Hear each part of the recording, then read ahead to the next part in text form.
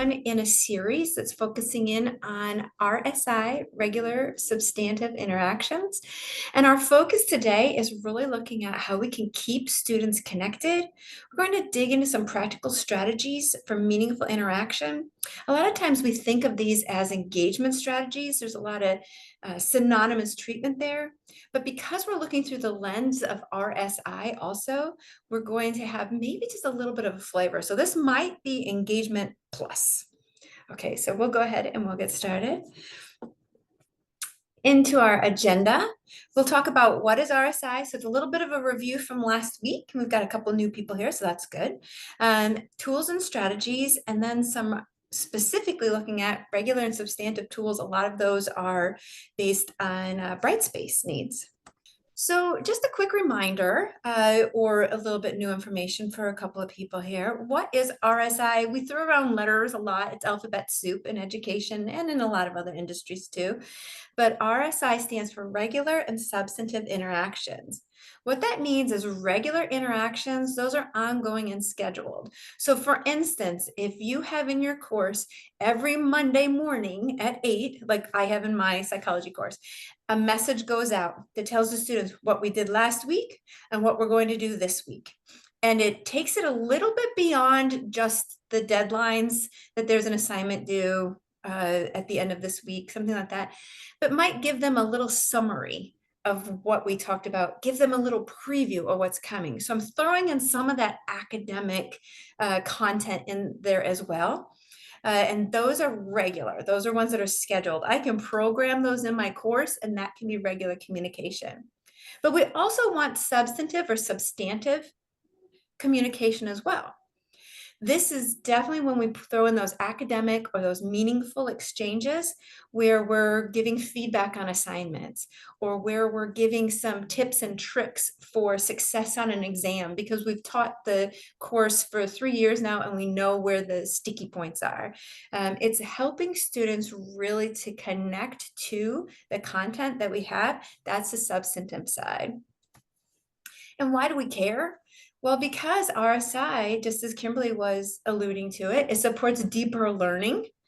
And we're helping students to be able to connect with the information in a regular way. It builds community. It gives those opportunities for communication between the instructor and the students, and also student to student, because sometimes we use discussion boards or we'll use emails for those communication opportunities. It improves retention and success. Believe it or not, there's research out there that shows that regular and substantive interactions that are initiated by the instructor, this is very important. It's not just a response. It's initiated by you. You're proactive. It's going to improve the retention of your students, what they remember, what they understand, and ultimately it's going to improve the success of your students in your class. It increases engagement. And when we look at retention, it also increases the likelihood that they're going to stick around and not drop out of your class or drop out of school altogether. And it also complies with accreditation and federal requirements. So if we have an online course, an asynchronous course, for instance, that it's just posting regular announcements that we've pre-programmed at the beginning of the class anyway, and every once in a while we respond to if a student reaches out to us, because often, as Kimberly was saying, they may not find their voice to speak up, but they might not even find their fingers to type to let us know what's going on or let us know about questions. They don't feel confident enough to ask those things unless they have felt they've developed a relationship with the instructor and they trust them to be vulnerable and they trust the instructor to be respectful of that vulnerability and to help them. And financial aid is tied to courses that are online, those asynchronous ones especially, to make sure that they are interactive. It's not just a correspondence course where we just are passing ships in the night, at least with current federal guidelines. So what are your thoughts at this point? Which method of interaction have you used that surprised you because it was actually more effective than you thought it would be? It really kind of surprised you. So this, one of the methods that I use for interaction purposes is when I taught math, I had one student with their back facing the board and one student facing the board. And we were working on constructing angles at the time. This is just something that popped in my head, but they were able to, one's job was to use the math vocabulary to describe what they needed them to draw. And the student with their back to the screen in turn would draw what they were saying. So not only did you have to understand the content to be able to relay it to someone else, you also had to understand the content to be able to solve the problem. So, and then after we would do it, they would switch places and switch roles, and then have to do it in the other direction as well. So that was they realized the importance of understanding the content, the vocabulary, and being able to speak the math language is just what I always used to say. So that ended up being a great method of interaction because they were also teaching each other, and I got to see how they explain what they've learned and if they actually understand what they're explaining. Terrific. And that really helped them understand and internalize the concepts that you were working on. It's a great example of an interaction. And you said it had just kind of come to you just a little bit before that. That's one of the reasons it surprised you that it worked as well as it did. It surprised me because they actually made a game out of it. You know how everything has to be a game. I'm sorry, I have to answer the phone. Okay. All the perils of Zoom. We're going to move into kind of the meat of what we're working on today. And we're looking at our tools for engagement, our tools to be able to increase this interaction in a very engaging way, and helping to think about how we're going to use our content. We're going to look at 3 tools today: Padlet, Zoom Whiteboard, and Slido. I chose these ones specifically because in Padlet, we've had some professional development in CCIT before about Padlet. So today what I'm doing is I'm taking you through the engagement. I'm not really teaching you how to use Padlet, but I do have lots of training opportunities for you, and I will share those with you. I'll send you an email after this that gives you all of those links and everything. So you don't even have to stress about, oh, did I click the link? Did I do anything like that? I'm going to send you that communication. But today, and then with the Zoom whiteboard a couple weeks ago, we actually had Allie and Mary who presented to us about the Zoom whiteboard, and that was very useful. Lots of different ways that you could use that, interact with it. And then Slido is something that's coming up in a couple of weeks. So I'm kind of remembering what we had and then prepping you for what's to come. Padlet originally, what it was, just to give that common background for us, was created as a bulletin board, really an online bulletin board where you could put ideas up on it. Think about when you have a bulletin board in the office and you want to put up a little flyer or a poster or something like that. That's what Padlet was like. And Padlet can be used that way still. However, there's lots of interactive ways to be able to use Padlet. You can create a sandbox with the Padlet, and it's a good Google Jamboard alternative. It's a possible alternative for you. There are other options inside of Padlet. I've used the sandbox with my students as some of our introductions. I like to use a Padlet in a low stakes way to start with so that they're learning how to do it, what to do with the tool, before I actually use it for something that's more deeply content-based. But the one that's starting this summer, for instance, I'm going to use a Padlet at the beginning of that one just to get them thinking about our topic of abnormal psychology and to get them started interacting with that tool so that I can use it a couple more times during the course, and they will have already had that understanding of it. So you'll see that there are columns. Underneath the first column, this is really where I just put the directions there. You can see I added a picture. I was able to add a picture there. And that is one of the things that you can do as well when you use it. And then I put directions and asked you to please read across the columns and then choose at least one of them. You can respond to all of them if you would like, but choose at least one and suggest a way that it could be made better according to our regular and substantive practices that we're talking about. Remember, regular ones happen with some kind of schedule, and it could be weekly, it could be Mondays and Wednesdays, whatever that schedule is for you and for your students, and it's communicated clearly. And then substantive is making sure that we have that academic content. So here are some of the ideas. The instructor uploads pre-recorded lectures at the start of the semester. Each Monday, an announcement is posted and always has the same information. Happy Monday, keep going. There are weekly discussion boards where students can interact with each other. And the instructor provides YouTube links as added media opportunities. When you want to add to your column, you can choose one of these plus signs and it will go straight to that column. Or we've always seen kind of, if you've used it before, there's a little circle in the bottom. If you click there, you'll see that the opportunity to contribute shows up. There are different things you can do. You can type a subject here. You can choose to upload documents, put links in, take a picture, add an image. You can do an image search with that too. There are 13 other things that you can do as well. So you're welcome to play with some of those. AI image, you can get it to make an image for you to put in there. You can put a YouTube video in if you would like. There's lots of opportunities there. And then here is where you can type something. If you choose the yellow circle one though, you need to go to the bottom, and this bottom part here lets you choose which column you're going to put it in. So whichever choice you would like to make, whichever way you would like to enter it. And then I chose to make mine green. You can also make yours a different color. So you have those opportunities. Let me give you this link. So when you make one, you can choose to share here. And if you go down, you can choose to copy the link. You can see that you can also embed it. There's other opportunities that you can use Padlet for.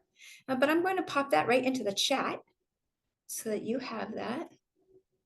And we have be sure that there's a hook to make sure that it is going to be interesting and covering the objective. So in those weekly discussion boards, ensure the hook. Terrific. To ensure that we kind of grab that attention of the students. We have share what value the video has to students. Excellent, excellent. So our admirable lobster posted, this is because you don't have to sign in to use Padlet. It gives you fun names. Our admirable lobster suggested actually giving that context for the use of the video. This is one of the things, and I'm sorry we're in a community area, but I'm going to say it. We don't just want to put up naked YouTube links, bare YouTube links, because even if we saw that, if we didn't know anything about that video, I know I probably am not going to click on it just to see, especially if I'm busy. But if you give me 3 or 4 sentences about what the topic is, maybe 2 or 3 questions that I want to think about while I'm watching it, those are ways that you can set a purpose and provide a little bit of the content that's going to be in that video. So the students know, okay, why am I going in here? Why is it important? Why is it important for my time? Because I know sometimes we put in videos that are nice to haves. Sometimes we put in ones that are essential. We need to make sure the students know the difference, because maybe they've always been exposed to someone who had put up nice to have videos, so they didn't have to watch them. There weren't requirements for that. But if you are feeling that is so essential to their understanding, a few sentences will help them know that. And with the weekly discussion boards, another way to increase the RSI of those is to make sure that the instructor participates regularly as well. So it doesn't mean that you have to constantly be in the discussion board and respond to every single student, every single discussion board. If you have 3 or 4 discussion boards in your course over the semester, you can respond to just a few students each time. Try to make sure it's not the same students every time, because then that isn't as encouraging.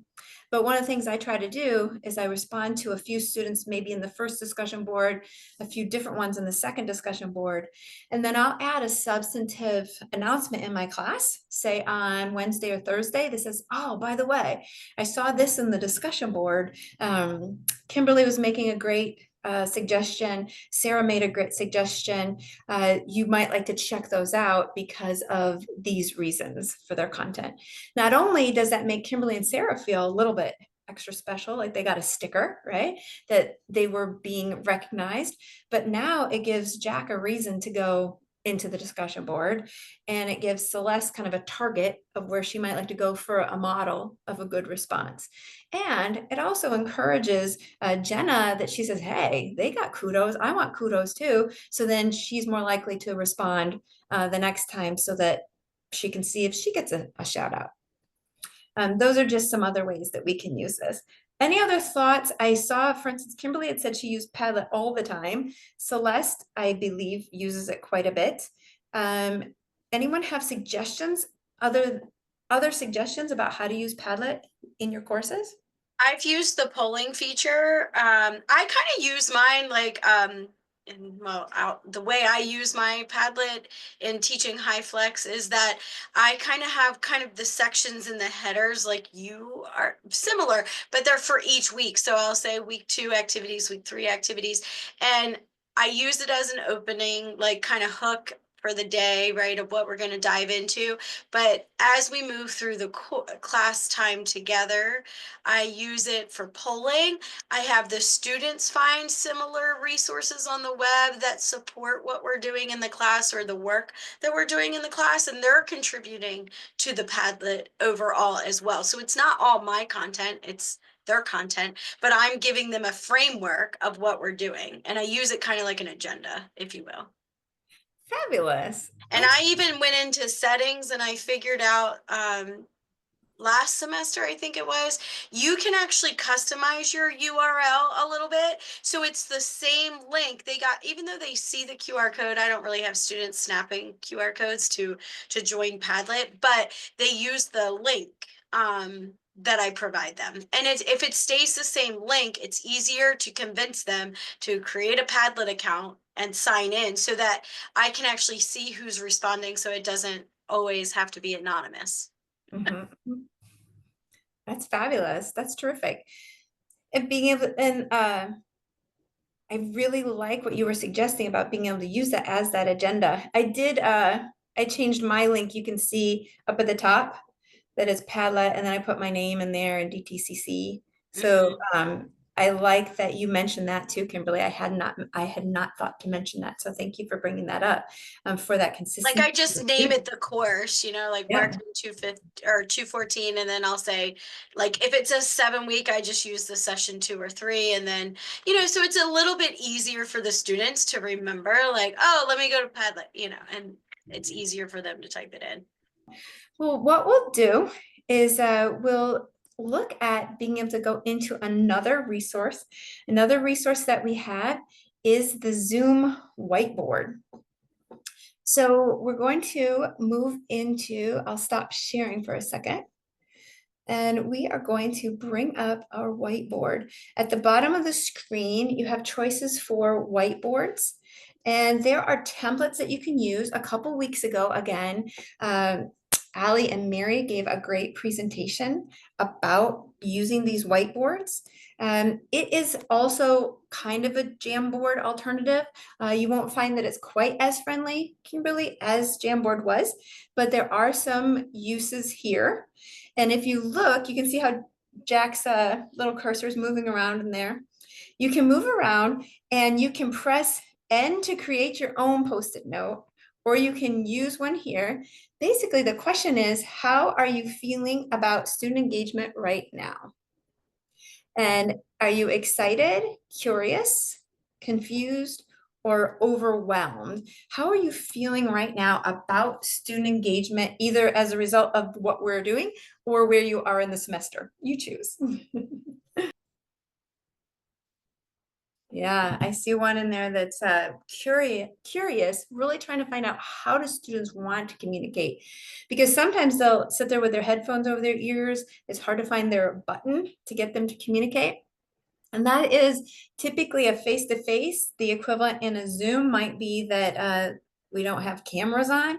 But there are lots of reasons we can be caring instructors and recognize there are lots of reasons that someone might not want to turn the camera on. Could be their background, or could be sensitivity about how they look. So there could be other reasons besides just wanting to disengage from the class.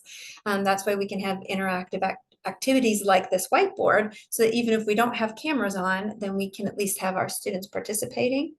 I do see an excited, like having new items in your toolbox. And we love to be able to bring those to you here at CCIT, give you ideas. But because there's so many more faculty members out there, if you come up across a good one, email it to me, let me know so that we can learn alongside with you.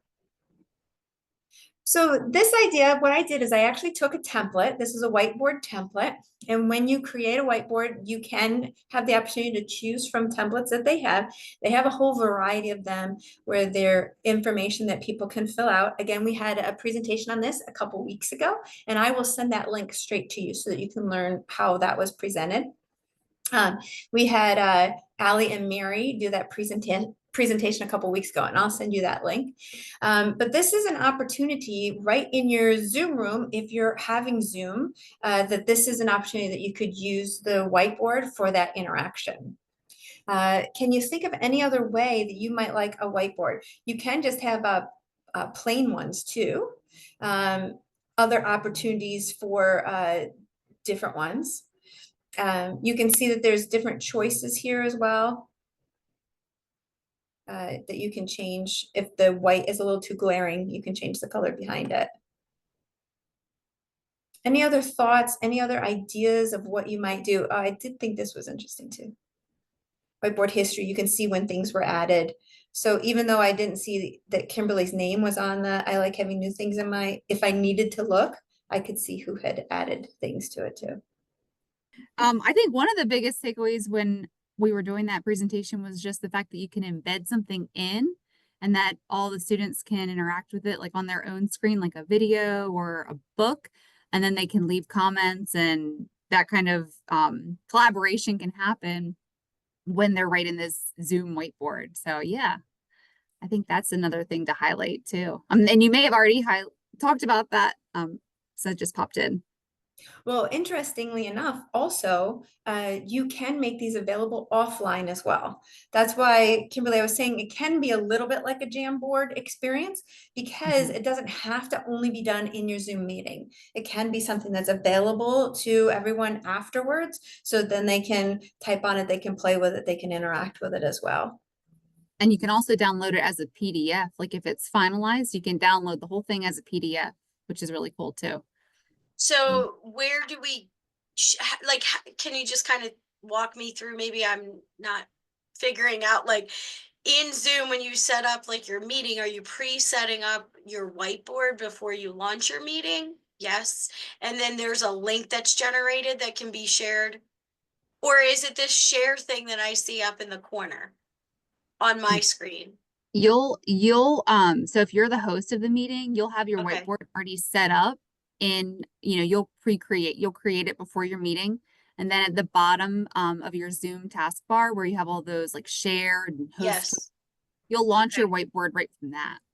Okay, I know how to launch the whiteboard. I think I've done it before. I was just curious about if they were going to interact outside the Zoom, the link for sharing that piece, I guess. And I think that copy link button at the bottom is where, if you wanted to get a link to it and to send to someone else, okay. that I just popped it in, and it prompts me to log into my Zoom, but then Well, let me try that. Let me see. yeah. I'm just curious, again, being curious, right? How do some of these new tools work, and what is That the is so requirement?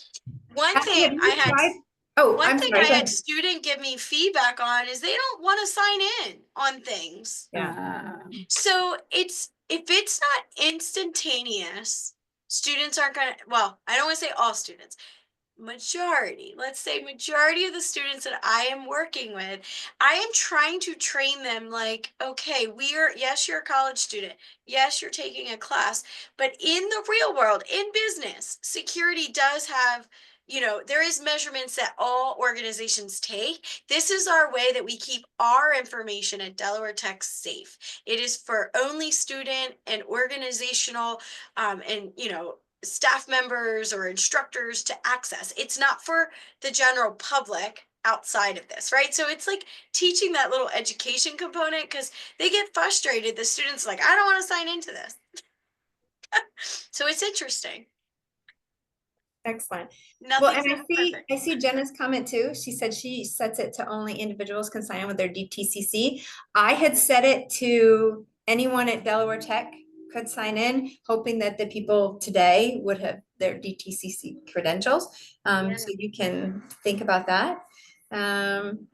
When I put in there what my little sign in looks like. Allie, have you ever tried to get that embed code and put it into, say, D2L? I haven't, but now I'm curious. Yeah, I I'm haven't. curious. Oh yeah, I'm we're really gonna play. curious We're gonna play. what Some that of this does, is new. Some of this is fairly new too. Some of these were Mhm. updates and things like that. So it's fun to But I wonder explore. if there was a setting to make it so that anyone could open the link. Because when I copied the link and Yes. put it in and I signed in, it just made like a web-based version of it. And I can still, like, I'm on my web one moving that little pink box around right now, not on Zoom. So I wonder if I don't know that if you would, can change it. I'm wondering if it's like how Yeah. Microsoft is right now. In Microsoft, we can't change that. It only allows people signed in. So I'm not sure if Mhm. Zoom Well, is the same way for it- security. Yeah, it might be because of the Delaware Tech firewall. Yeah. That's why you can't do it with anyone with a link. right. That's pretty cool. But all right, and you can put a passcode on it too if you want to protect it further. But then someone has to type a passcode, right, Kimberly? No, and it's like trying to get them to want to go the extra mile. I don't know. Okay. All right. Well, so I'm glad that this might at least be something exciting that is a possibility to use and might really work in your hybrid settings too. And also I like the idea that it can be available offline. We're just figuring out the details of how to make sure that all works. So that's good. Let's look at one more example, then we'll look at Slido. Now, Slido is really going to be fun because Jenna, in a couple of weeks, Jenna is going to give a whole Slido presentation in a couple of weeks. So you'll get even deeper into it than this. But I'll go ahead and I'll pose a question and we can see, oh, and I need to give you the link. That would be a good thing. Here's the QR code if you want to use that, but I'll stick the link into the chat. Slido is really good. Another source for polling or another source for getting information, interactions with students. You can pull up Slido. It can work inside of Zoom also. I'm just pulling it up in the web version right now. But it's an opportunity to pull that engagement from your students. Maybe those times when they're sitting there with their headphones on, this gives them that opportunity that they can interact with you. They can use it with the phone or with their tablet or their laptop, or if they're in a computer lab, they can. But the question is, what makes communication between instructors and students substantive? This example is a word cloud. So when you put your word or your phrase in, it will show up in this. I chose present so that we could actually see the examples coming up. I see that consistency has been in there, and that is really important because you want to make sure that there's that regular conversation, that you are having that conversations with your students, and that you have kind of a consistent tone when you're doing it too, that helpful tone. We want to be careful that we're not just throwing red ink all over the paper or really throwing red ink with our words, with our voices. Our words are powerful, especially affecting any students who might have less confidence being in college. And then you'll see as people answer, if they put in more than, they put in the answer more than once, those words will get bigger, just like a word cloud does. I do see empathy, having kind of that relationship with your students, trying to put yourself in their shoes. Empathy can be hard. but making that effort. And then I love video feedback, because when we have just textual feedback, sometimes students, especially if they've had a less than positive experience with education, they only see, again, that red or purple or green ink, whatever color you're deciding to use, or those comments on the screen, and they read into it that tone of voice. Where if you provide audio, it's at least an added channel of social cues. If you provide video, not only do they see your face, they see your smile. They see that you're not angry when you're saying these. You are really just giving them suggestions to help improve their performance, and you're giving them kudos about the things that they do well. And you'll notice I gesture every once in a while too. Those are also social cues that are involved that help with add to that communication. Excellent. And to help simulate eye contact, I keep my eyes on my camera. I try not to look at my screen. You can see the difference. I'm looking at my screen versus looking at my camera. It simulates the eye contact just a little bit more in these artificial settings. All right, let's look at just one more Slido that looks like this. That these are those polling opportunity, or this is a ranking opportunity, so that you can rank some items and decide which one is most effective. So you have 5 ideas here, and there are personalized feedback, live Q&A sessions, interactive videos, discussion forums, or polls and quizzes. Please put those in order of their effectiveness. Oh, we have someone who's ranking them. Excellent. And there's no grades, so don't worry what order you put them in. It's really for the purpose of interacting with it, to show you a couple different things you can do with Slido to give you that taster. Ooh, so now after we have one response, we have the interactive videos are in the lead with polls and quizzes underneath. Discussion forums are taking up the lowest ones. Oh, and then it's switched. Oh, we have another switch. We've got 3 in there. Personalized feedback is in the lead. Our live Q&A and interactive videos, those are tied. The polls and quizzes and discussion forums taking up the rear. And a lot of times with the discussion forums, you can have discussion boards that are highly interactive and engaging, but it's difficult. You need buy-in from everyone. And the way that you can try with that with your as an instructor is, again, engage regularly in those discussion boards. Don't just leave it to the students. And when you go in, it's a fine line that you walk. Research shows that when you're responding inside those discussion boards, try very hard to not be the voice of authority, even though you're the instructor. What that means is posing some questions or giving some more information, but then following up with a question or a suggestion, or helping students point to each other. Oh, well, Jack had a great answer that relates to your topic. You might like to go read his topic, where you're encouraging that interaction between those discussion board topics or between those discussion board individuals. But it can be a challenge, but those are some strategies that you can use to up that interactivity in the discussion boards. Terrific. All right. Well, and I know, and again, I purposefully chose these 3 because we had some other resources. So I wanted to give you the taste of them today so that you might feel some inspiration. And if you want instructions about how to actually do these things, we do have CCIT resources that support them. And again, Jen is doing a presentation in 2 weeks on Slido, so she'll give us even more information about Slido. So let me ask you this. What is an example of a substantive interaction that you've had with a student? Anyone want to volunteer an answer? I had one with a student that he is a second language learner and was working with me to help better understand the directions of the assignment. And for me, it was an aha moment about ways that I could probably make it clearer for everyone. and not just when there was a language barrier, but recognizing that maybe there were ways that I could make those instructions more clear.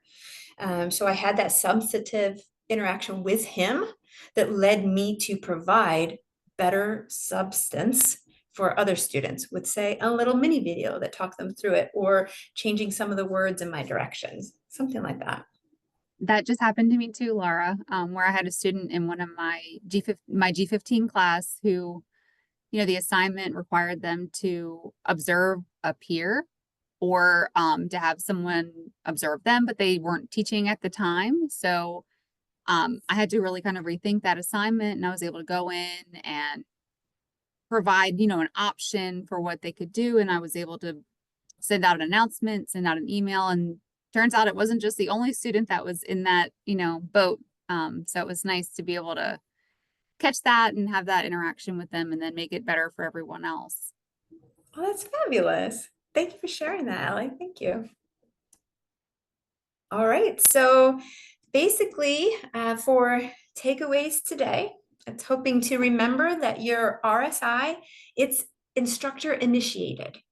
So you're proactive in these examples. It's going to come from you to begin with. It's not only responsive to the students, it's recognizing through your expertise and through your ability to develop this community that you are presenting these ideas, this content first, and then you're also responsive when they need you. It's recognizing that these types of interactions, these types of tools can lead to increased engagement in your class, increased retention of content, but also retention of students. So being able to recognize that. And I want to thank you very much for being here today. I'm going to invite you to take the CCIT workshop survey. Here's a QR code for it if you want to scan it, but it should deploy to you when the meeting closes as well. Thank you very much for being here today. I really appreciate the interactivity, and I hope that you have a wonderful rest of your day. Enjoy your lunch.